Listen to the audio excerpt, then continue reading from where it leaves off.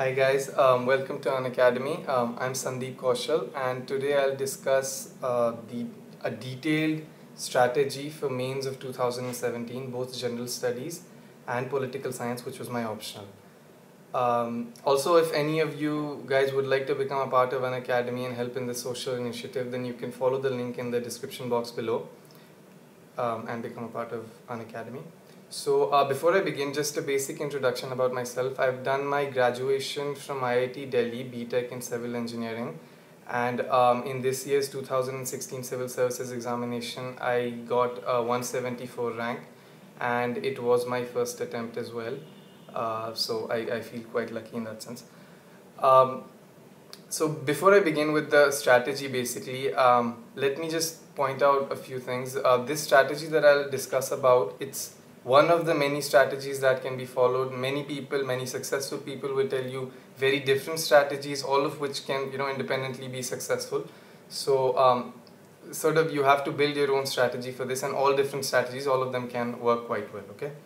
So I'll begin now with basically, I've jotted down a list of all the resources from the syllabus, point by point, which I used in my preparation. I hope these are helpful because when I was preparing as well, there was quite an issue. Often I used to become confused about which part of the syllabus needs to be taken from which particular book, etc., etc. So often that's been quite an issue.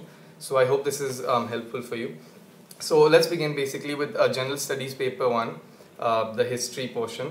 So for the culture portion, beginning with aspects like architecture, literature, and dance forms, etc. For that, basically, the books that need to be followed are NCRTs are the basics for that. Both NCRTs as well as NIOS books can also be used as a reference.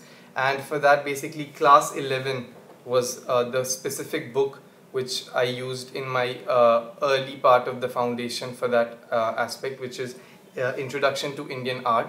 And as supplementary material for that also, you can use the CCRT website, especially for aspects like dance and architecture, different types of dances, the 8 classical dances, different types of academies, different expressions and different aspects, facets of all different types of dances. Those are quite helpful as well. And nicely actually built in the CCRT website. Other than that, for culture, I think the syllabus is rather wide, and you need to somewhere down the line you need to draw that line beyond which you can't really go, and you don't have to as well. So for example, in this year's main, the question that was asked about the Vijayanagara Empire, if had you read a little bit about the architecture of that, you would have been able to give somewhat a few points and would have been able to make out an answer that would have fetched you at least a couple of points, which can be quite important in the means. Now, moving to other parts, like moving to the next part of the syllabus, which is modern history. Again, NCRT is quite important for that as well.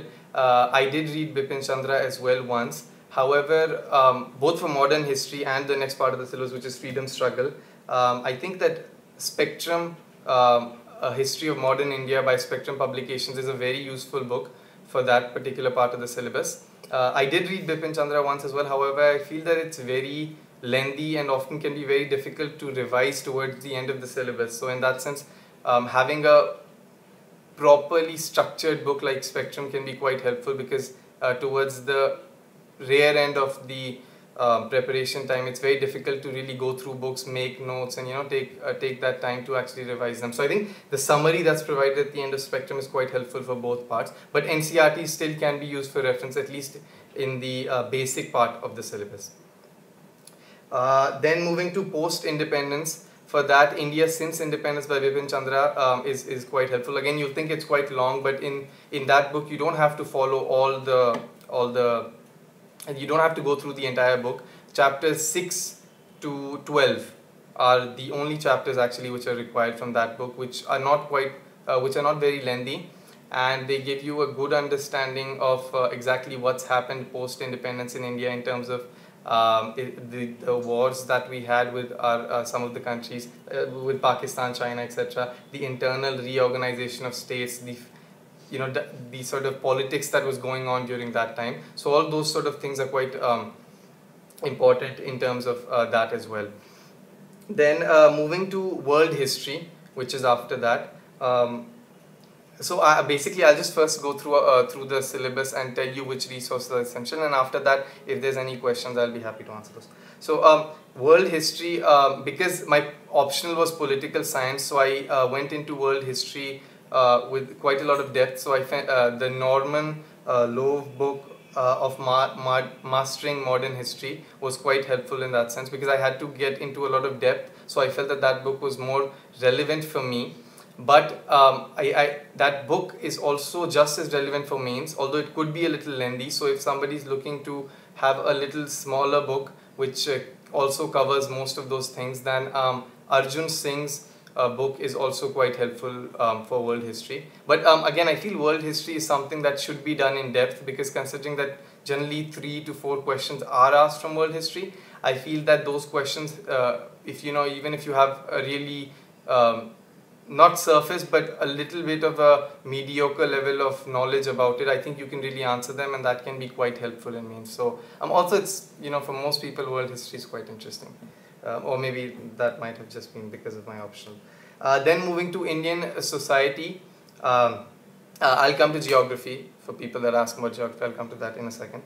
Moving to Indian society, NCRT of 12th class Indian society and class is quite important, and it was what I used basically, because Indian society, all the dimensions that they talk about is a rather general sort of topic. So following NCRTs for me was more or less sufficient, supplementing that with current affairs. But again, Ram Ahuja is also another book you can follow. I was recommended this book by someone, but I felt like it might have been, I didn't have basically enough time to go through it, so I used NCRTs for that. Then other other aspects of the syllabus like women organization, poverty, development. Again, I feel that these are rather general issues which can be covered by many resources, including magazines like Yojana and Chronicle, etc.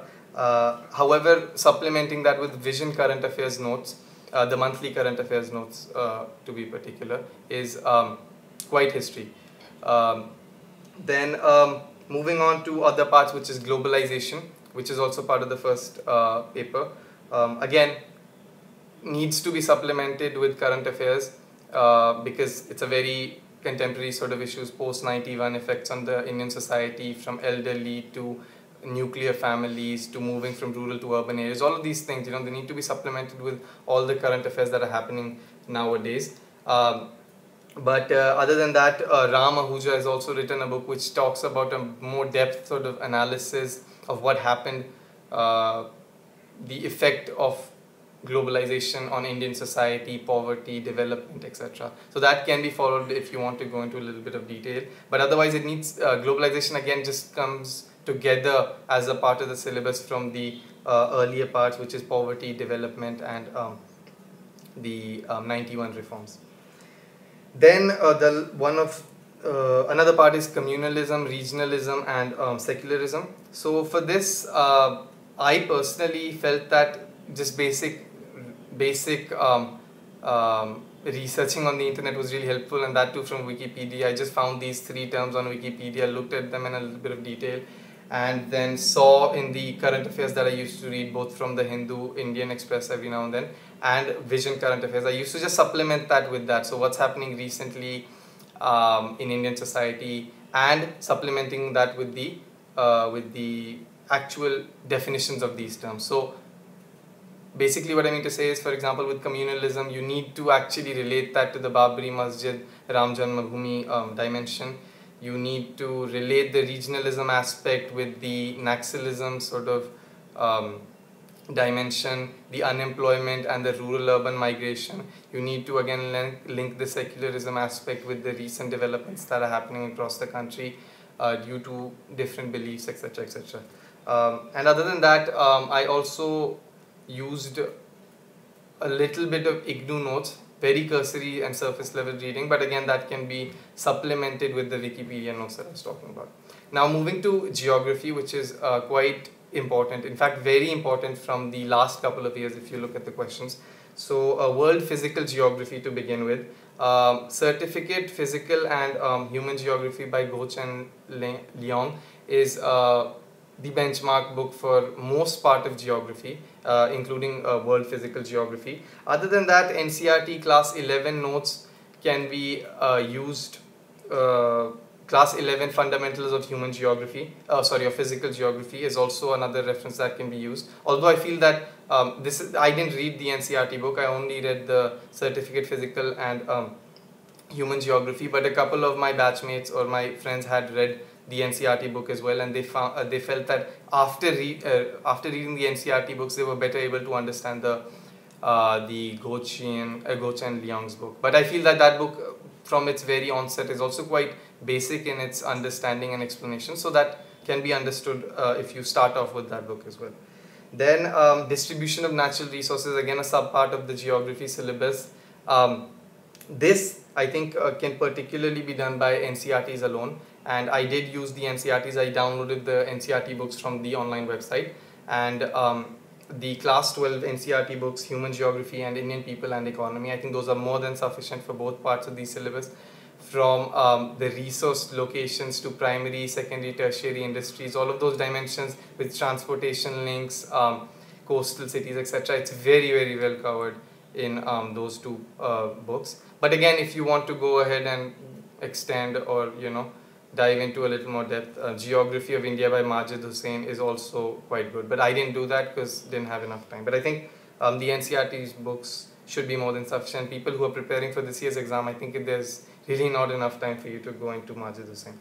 And lastly, geophysical phenomena from earthquakes, tsunamis, and landslides, etc., all of those things.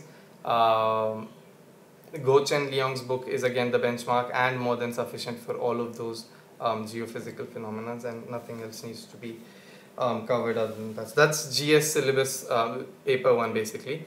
Then moving to paper 2, Indian Constitution, which includes, actually for paper 2 really there are so many parts of the syllabus which can be covered independently just from Lakshmikant, Indian Polity Lakshmikant. I think that is one of the most important books, not only for this paper, but if you even check out how much of the entire general studies syllabus that book independently covers, I think that book is one of the most important books. So things like Indian Constitution, historical underpinnings, evolution, devolution, union and states, dispute resolution, redressal, separation of powers, parliament, state, legislature, judiciary, constitutional bodies, all of this part of the syllabus can independently be covered from Lakshmikant's book. And I think it's very nicely explained both in detail and at the end of the chapter in tables and summary, not in summaries but in sequential manners, which is very easy to memorize and helps a lot when you are trying to recollect during the examination what exactly you have to write. So I think that's that's one of the most important books. Then moving to comparison of Indian constitution with world constitutions. Again, I think there are many books for this. Vision IAS also has provided quite a lot of notes which were helpful for me. But again, I think Lakshmikant in one of the chapters that talks about the evolution, I can't recall the exact chapter, but I think it's about the evolution of Indian constitution. At the end of that chapter, there's a table that tells you which part of the Indian constitution has been picked from which part of which country's constitution. And I think memorizing just that table and knowing a little bit of world history, or just a little bit of Indian history even, will help you to answer almost all the type of questions that can be asked from this part of the syllabus. Why? Because when they're telling you to compare Indian constitutions with global constitutions, I don't think they're really telling you to dwell into each and every happening of or each and every evolution of all constitutions in the world. There's only a set specific number of countries which we compare with, and even with them you're only talking about the aspects that have been picked. So for example, the fundamental duties being picked from the USSR constitution, the emergency provisions from the German constitution, the Supreme Court appointments are I think the Japanese constitution, and the parliamentary structure from the UK constitution. So stuff like that which you can really relate with and compare the dimensions which are better in Indian constitution as opposed to the US constitution vis-a-vis the UK constitution, etc., etc. So I think again Lakshmikant is more than sufficient, but you can go into other books like Select Constitution S. Chand by S. Chand publications. Again, I didn't read that, but my friends have recommended me that as well. So, but I think first, go through Lakshmikant, and if you see that by going through that you're able to answer most of the questions, then you don't need to go into additional resources. Then the next part was welfare schemes. Again, very current affairs oriented, so requires in-depth reading of current happenings from Vision, IAS Notes to Yojana magazine.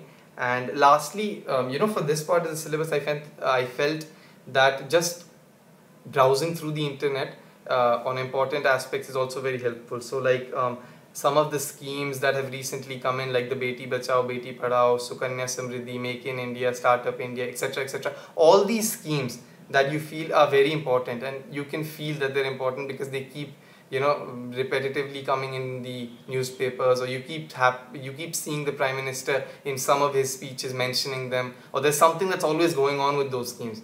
So such schemes, they can be in detail. You can go and study them in depth, even just simply on Wikipedia or on the government's websites. So in welfare schemes, I think again this is quite important, seeing that there's a lot of initiatives happening by the recent government. So I think that's something that can be browsed on the internet quite easily. Moving on, other dimensions: poverty, hunger, other parts of the syllabus rather, poverty, hunger, issues of development, general part of the syllabus. When I say general, because I've said that for most part of the syllabus, what I mean basically is that these aspects and these dimensions are basically covered when you're studying the current affairs itself, because these are such issues which keep, there's some survey, NSS survey or something that's happening, the census, they keep bringing out data, and they keep recurring in the in the current affairs aspect of the syllabus, so they don't require too much of static part to be dealt with. So again, for this, I think the Hindu's reading of the Hindu, when I say the Hindu, I mainly mean the editorials and the lead. If you have time, the lead and editorials as a habit. And other than that, the Vision current affairs monthly notes are quite important. Then e-governance. This took me a while to figure out really what I need to read for e-governance, because multiple dimensions. But at last I found the IGNU notes for e-governance were quite useful. So the title of the chapter is basically Concept and Significance. And I thought that this explained why exactly e-governance is so crucial. So again, why I say these are general topics is because everybody knows why e-governance is important. At least you should know that it reduces the amount of manpower required, reduces corruption, etc., etc. There's all these reasons. And then there's schemes that have been brought, like Digital India, etc. All of these things basically merge in. So when I say general, these are the things I mean, that current affairs means Digital India, and National Optics Fiber Network, BharatNet, all of these things merge in with e-governance. So that's where it becomes general. But still, in the foundational stage, I guess Concept and Significance chapter from IGNU notes is quite important. Then role of civil services in a democracy. The second ARC report, the 10th report, has a chapter very specifically, because it's a very, very long report.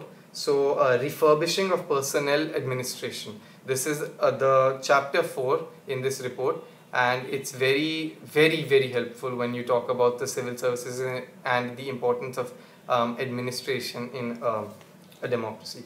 Then the second part of this paper 2 is international relations. First part is India and its neighborhood, including bilateral, regional, global groupings, etc., etc.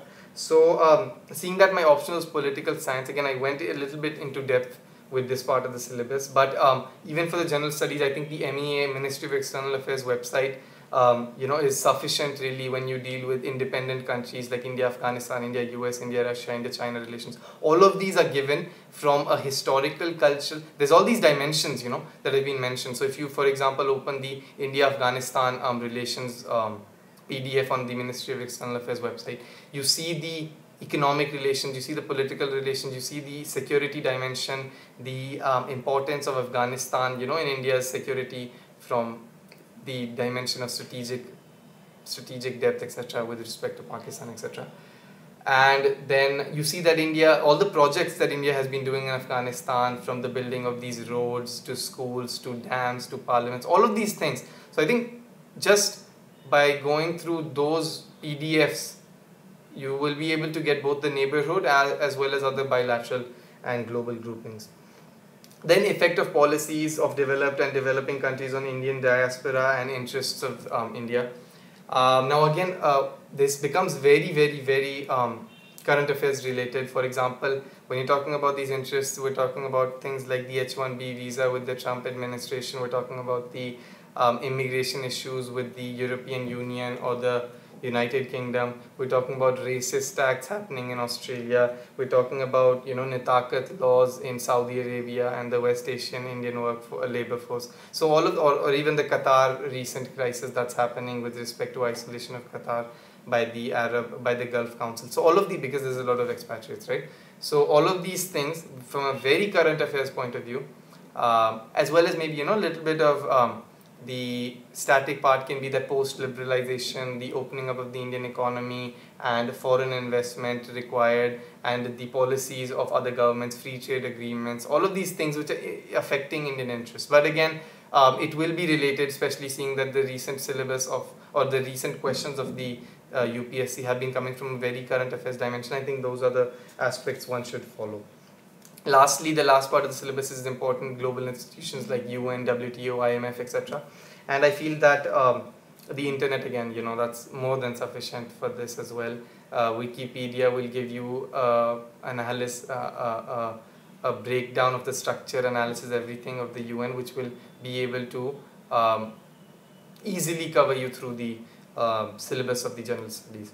Also, in this part, I feel that some of the emerging institutions are more important than some of the very old established and founded institutions like the UN. Why? Because it comes into that dimension where current affairs is being given a higher importance by the UPSC. So institutions like the AIIB, to which India is the second largest holder, shareholder, or the SCO, or the International Solar Alliance, these things which are more emerging, which India is a larger part of, which are, you know, more contemporary. So those things need to be, I guess, also highlighted. And with respect to UN, if you're looking in the UN, look at things like why the UN has not been as big of a success as it was anticipated post World War II, or the UNSC reforms that India has been struggling for, and the impediments caused by countries like, let's say, China, Pakistan, or the coffee group that it's called, that tries to stop India's entry. So those sort of dimensions should be looked at when you're looking at these institutions, all right?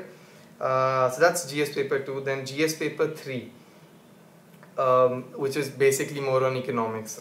So starting with the first part, which is resource mobilization, growth and unemployment. I followed only one book for this part, which was Ramesh Singh, Indian Economy for Civil Services Examination, which is being made particularly for this examination, very easy to understand for people who are from a non-economics point of view, which I was from. And it covers pretty much all of that part, resource mobilization, liberalization, etc., but I'll come to that later. Also some supplementary parts and very specific parts of the NCRTs. For example, class 12 NCRT, macroeconomics, the name of the book, chapter 3, 5 and 6, very small chapters and very succinct and compact parts which can help you in understanding the basics, which are basically what GS paper 3 is all about, right? Then if you want to get a more in-depth understanding, then NCRT class 10 and class 11, Understanding Economic Development, and Indian Economic Development are two books which can be followed. I didn't follow them, but again, this is for extension and other references.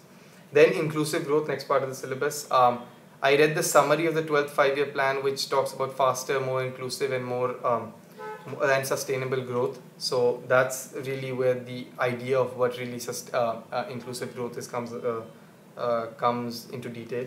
And then other than that, you can look at it from a current point of view and a more general point of view. So Vision Current Affairs notes supplemented with Hindu editorials. And you know, again, when we're talking about this, look at it from those dimensions which actually bring in inclusive growth. Things like the Manrega and how successful they have been in rural India, how people getting those employment actually allows for a welfare state to foster inclusive growth. The RTE, although that comes into more constitutional and governance aspects, but still the RTE, how that's trying to bring in inclusive growth through making people employable, making them self-sufficient, etc.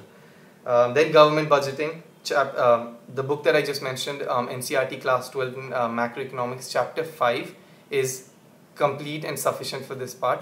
Government budgeting, it gives you a complete sort of, accounting of what happens in government budgeting. And then of course you have to read the latest budget 2017, the important schemes. So when you're reading the budget, there's 2 or 3 things that you should look at. Firstly, important schemes, additional schemes that have been mentioned. Secondly, if there's been any change in the policies of the government with respect to taxation or with respect to expenditure, especially landmark sort of things that are happening.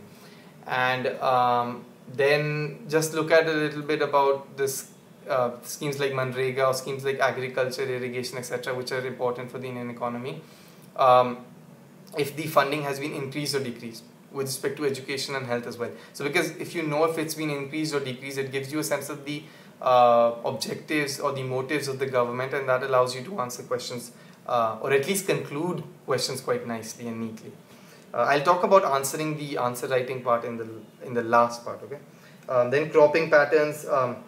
NCRT's book Resources and Development is sufficient for this. Agriculture Marketing Reform, PMC Acts, Farm Subsidies, etc. State of the Indian Agricultural Report is what I read. Not page by page, word by word, but selectively. Which part you need to read, you can find it from that. Okay. Then investment models like the BOO, build, own, operate, build, own, transfer, etc., etc. Many different models like this. I read this from Runal's website, which is quite nicely built up. They've given you examples, etc. So it's quite useful in that sense. Then science and tech. Now with science and tech, I was very confused because for at least for 1 year, I kept feeling that science and tech, being an engineer, that might be just very simple. But actually, it's very different from that. So that was my naiveness. Basically, what you need to work with in this is latest developments, Mangalyaan, Chandrayaan, ISRO's projects, GSLV versus PSLV, biotechnology innovations, stem cell research, these sort of things that are happening in contemporary science and technology. Then again, what you can see is there's still a cross section or a collision of these parts of the syllabus. They merge at some point. So for example, if you read it from this dimension, it will be really helpful. For example, if you're reading about robotics, then that comes under science and tech. But when you see robotics, there should be a click in your head which points to the effect of robotics and how the robotic industry will affect the employment scenario in India and how that can lead to problems in development and higher poverty, etc. So whenever you're reading something, you need to see that there will be some linkages, and I feel that there's a lot of linkages which can help you not only in studying but also when you're answering and when you're writing these linkages. They just underline those linkages. Why? If you're writing them, underline them, and they'll really strike out to the person who's grading your paper. And I think that will be quite helpful and scoring when you're writing. So, but again, the resources for that will be current affairs, really. Vision current affairs, anything that's very in-depth like stem cell research. I went to Wikipedia to search that, and Hindu editorials every now and then when there's a GSLV launch or satellite launch, etc.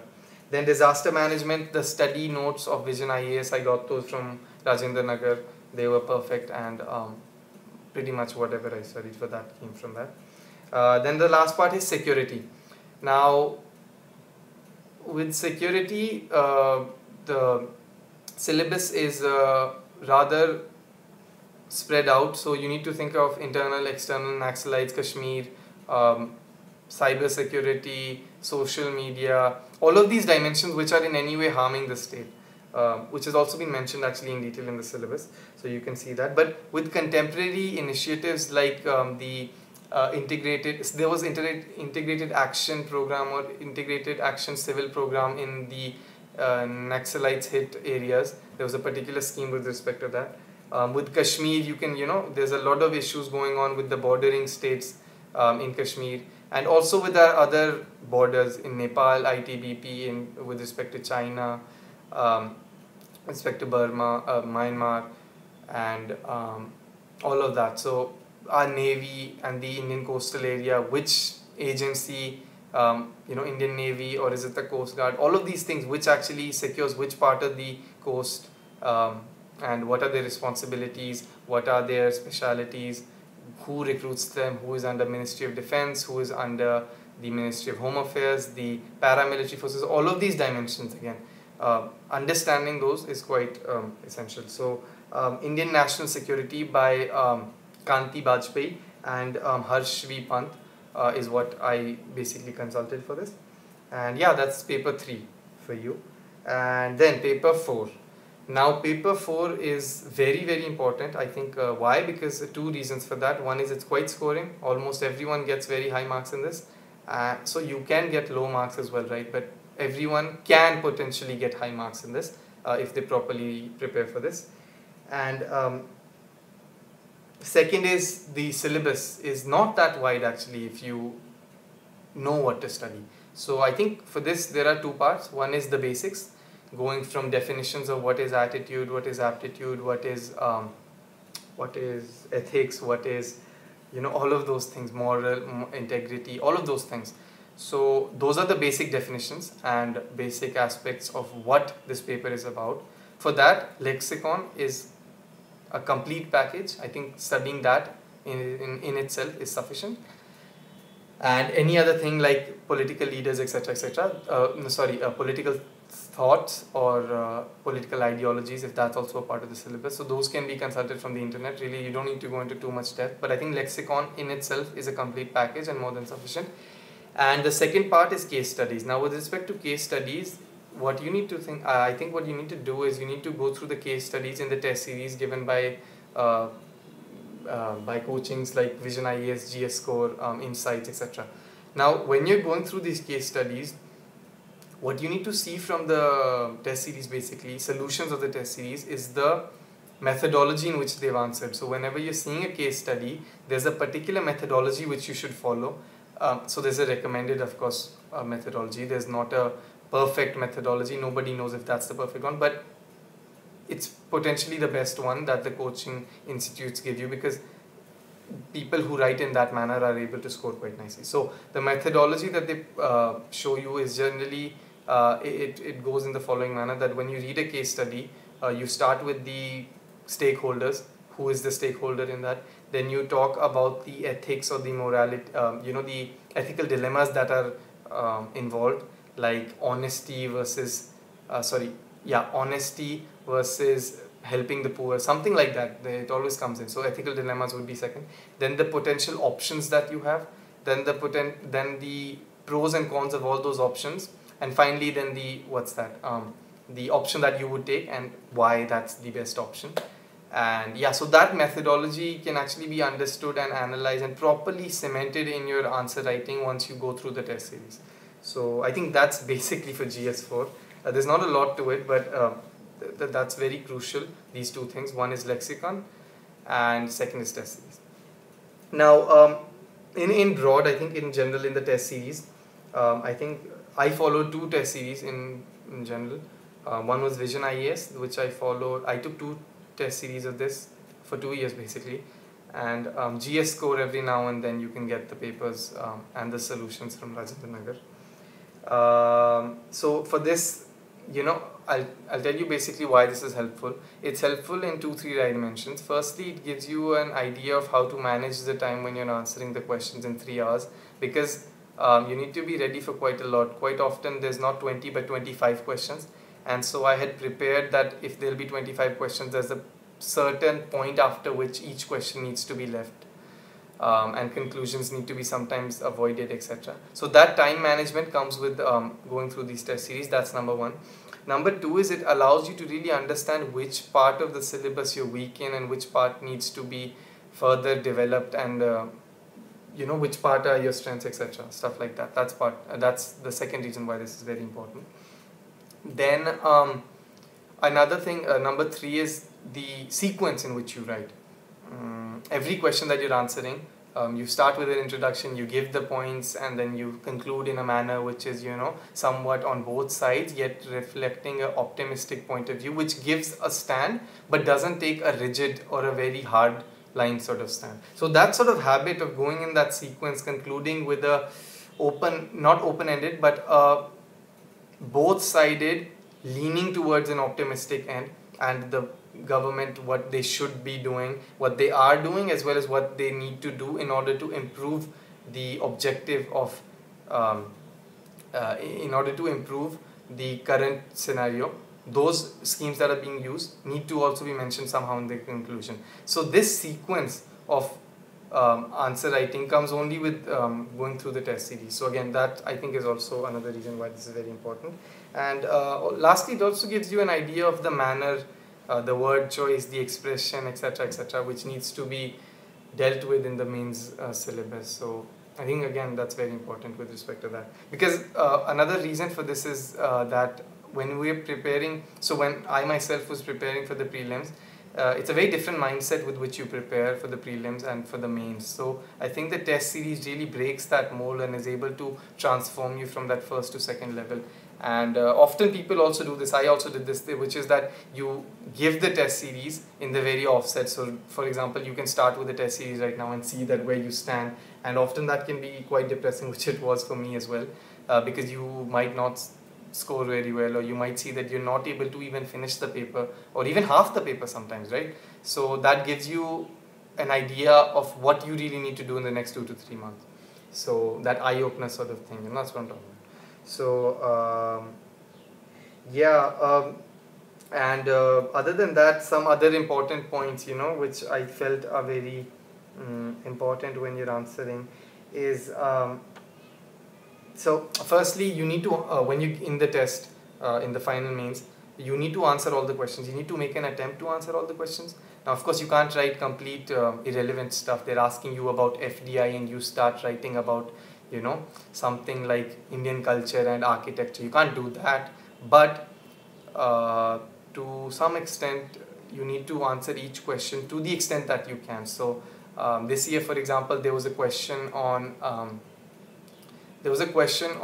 UNESCO or something. There was a question basically on some committee of the UNESCO or the UN or something, and on that I wrote basically about whatever I knew in that question. So to the extent of India's cooperation in the UNESCO or India's role in a particular organization. So what I'm basically saying is that in every question you'll know a certain delta amount of information, and that information needs to be spitted out in that particular question itself. You can't expect that you'll know the entire question very well, because that won't happen. So, but you have to attempt all the questions, because even getting 1 mark or half a mark even sometimes really boosts your rank, or can in fact be a deciding factor whether you're in the final list or not. So really you need to attempt all the questions, and even if you know only to a certain amount, answer it to that certain amount. Of course, with respect to being relevant in that question. Make sure you don't write something irrelevant just in the attempt of answering a question, because that can, think about it. If you're grading a paper and somebody's writing completely irrelevant stuff, then you might find that disrespectful and might get angry or something. And I really don't think you'll be getting, or anybody would be getting high marks then. So that needs to be avoided, and that line can be drawn quite easily. Then second important point rather, is that it needs to all be current affairs based. Not all, sorry, but a lot of the syllabus that is coming out nowadays is current affairs based. So with government schemes, Make in India, etc., that I talked about, with respect to international relations, what's happening in Nepal, what's our, the US rebalancing, Trump administration, Russia aligning with China. It's all these things that are currently happening. The constitution, when you're dealing with it, looks like it's static, but it's not. There's federal aspect, centralization with a strong central government, the role of Rajya Sabha, all of these things that are very current affairs related. So that's, another thing. And then lastly, essay. Essay is something that a lot of people are concerned about. I myself was very concerned about this, because I thought that this might really mess up my chances of getting qualified. And if you're not from a humanities background, often this is quite difficult, and it's also a very scoring paper ultimately that you'll see. So I think in that sense, essay, there's 2 or 3 ways in which you can do this. Firstly, you need to obviously start writing essays. What I did was, after my prelims, every week on a Saturday, Sunday, I used to write at least 1 essay a week. That's important. Then second is, you need to get that paper checked from someone who knows how to write an essay, and preferably someone who knows how to write it from a civil services point of view. Of course, there's people writing essays for universities, there's people writing essays in newspapers, etc., etc. But from a civil services point of view, there's sometimes a different strategy that needs to be used, like you need to cover all dimensions, etc., etc. So get it checked from someone who's written the civil services and preferably qualified, or you of course can get it checked from the coaching professors and faculty, etc. I did that myself with Vision IAS, and you can join a test series. I did that with the Vision IAS. I joined 2 test series, so I gave 10 papers in itself for essay, which were graded, and I started off not very nicely. Then towards the end I got the hang of it and started improving my marks. So that's with respect to essays. Just a basic strategy for an essay: you need a proper introduction, you need a good conclusion, you need analysis of the points, you need to be as comprehensive as possible, which means basically covering all dimensions of a particular topic from all different sort of layers, from a constitutional point of view, from a legal point of view, from a societarian, economic, international, etc., etc. All these dimensions, as many of course as you can cover. You can't cover all, but still. And you need to know that you have to write it within 90 minutes, because there's 2 essays to be written in 3 hours. So you need to write one in preferably 90 to 100 minutes. So yeah, so basically this is the entire syllabus of the general studies mains paper, including the essay. And anything any questions that you might have, I'll be happy to answer. And just quickly, I'll just go through the political science optional. Really quickly, I'll just go through what I followed and just a basic strategy. So in terms of resources, I'll just go through political theory. I went with Andrew Haywood's book, which is Political Theory, the name of the book, and it can be supplemented with O.P. Goba's book after, of course, Haywood, if you need that. I just breezed through it from the surface level. Then for political ideologies, there's a book called Political Ideologies, again by Haywood. I think it's a brilliant book. Tells you in depth how particular ideologies like communism, like socialism, like Marxism, all of these things, how they evolved, what they are in today's society, what aspects and what effects they had on the global narrative. Then Western political thought, I followed Brian Nelson's book. Again, gives you a detail from Plato and Aristotle all the way up to the recent thinkers. So that's quite helpful. Then Indian political thought, I followed V.R. Mehta's book. Gives you a good perspective on Gandhiism, etc., and all sort of Indian philosophies with respect to political thought. Indian government and politics collides with the general studies syllabus, so Lakshmikant, Ramachandra Guha and Bipin Chandra are quite useful in that sense. And of course, for all of this, you can follow editorials, and you have to actually follow editorials. Some important sort of writers are Ashutosh Vashni, Ramachandra Guha and Pratap Bhanu Mehta. Then paper 2, very international relations oriented. The first part is comparative politics, for which I followed the IGNOU notes because I couldn't find anything else for that. And international politics, I really enjoyed this part of the syllabus, so I followed an in-depth book which is Globalization of International Politics, and V.K. Malhotra's International Relations is something that can be used as an extension.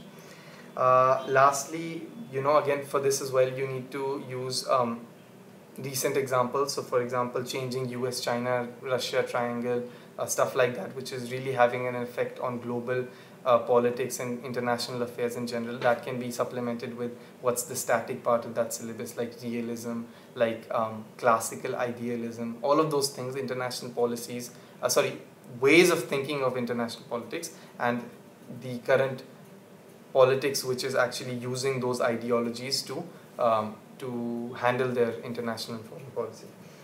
Then the last part of the syllabus was Indian foreign policy. For this I used 2 books and didn't get the chance to read the third one. The first one was David Malone. He was a former Canadian High Commissioner in Delhi. So he was. The book is Does the Elephant Dance? It's a very, very nicely written book. Gives you different perspectives, not only an Indian perspective. Not only a Indian orientation to India's foreign policy, which was done by, meeting, I am sure he met bureaucrats and got a perspective from them. But it also gives you a Canadian, or rather an international sort of outlook on Indian foreign policy. Then Rajiv Sikri, who is also a former Indian Foreign Service officer, he's retired, he was also an ambassador. He's written a book, Rethinking Indian Foreign Policy. Again, a very nice book, and quite nicely sequentially oriented. And then Shashi Tharoor's Pax India is also another book which can be used. I didn't get the chance to read it, but I've heard it's quite good. And again, current affairs is quite important in this. For this particularly, I used Indian Express editorials because I felt that they were quite useful in this sense. So that's that, right? Now, with respect to other, so this is basically for political science, the political science syllabus. Also, some other aspects which I felt were also useful were the Rajya Sabha TV is also something that I use every now and then. Two shows that I used to watch on that one was The Big Picture, and the second was India's World. India's World might not be very useful from a general studies point of view because it goes really into depth in some of the issues. So, but from political science and international relations point of view, it was quite helpful. But The Big Picture, I think, is something which is quite helpful for general studies specifically. So, not for prelims, of course, because prelims is very point to point. But from general studies from mains point of view, it gives you, what they basically do is they get people from all these different fields, and they're all analyzing it from their own dimension. They're giving you pros and cons of what's happening in current contemporary schemes and initiatives of the government. So I think that's also quite important from a mains point of view when you're answer writing.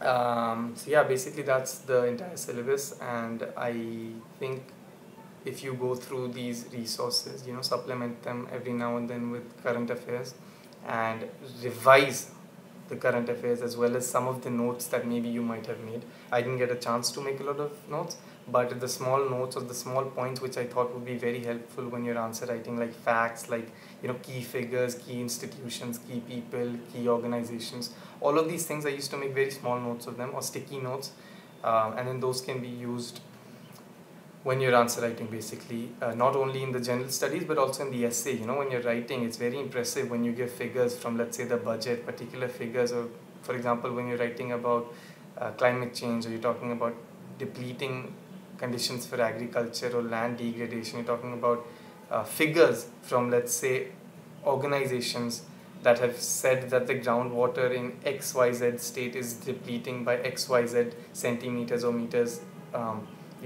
post XYZ year. So these figures are very impressive when you're writing them. Of course, you have to also cite the resource or the organization that has told you this particular figure. So all of these things, making these small notes, they need to be revised every now and then, especially 2 to 3 weeks before the mains examination, and I think that should be quite helpful as well. So yeah, that's basically it. And if you have any questions, you can ask them on this page, I guess, and I'll be very happy to answer them. Thank you.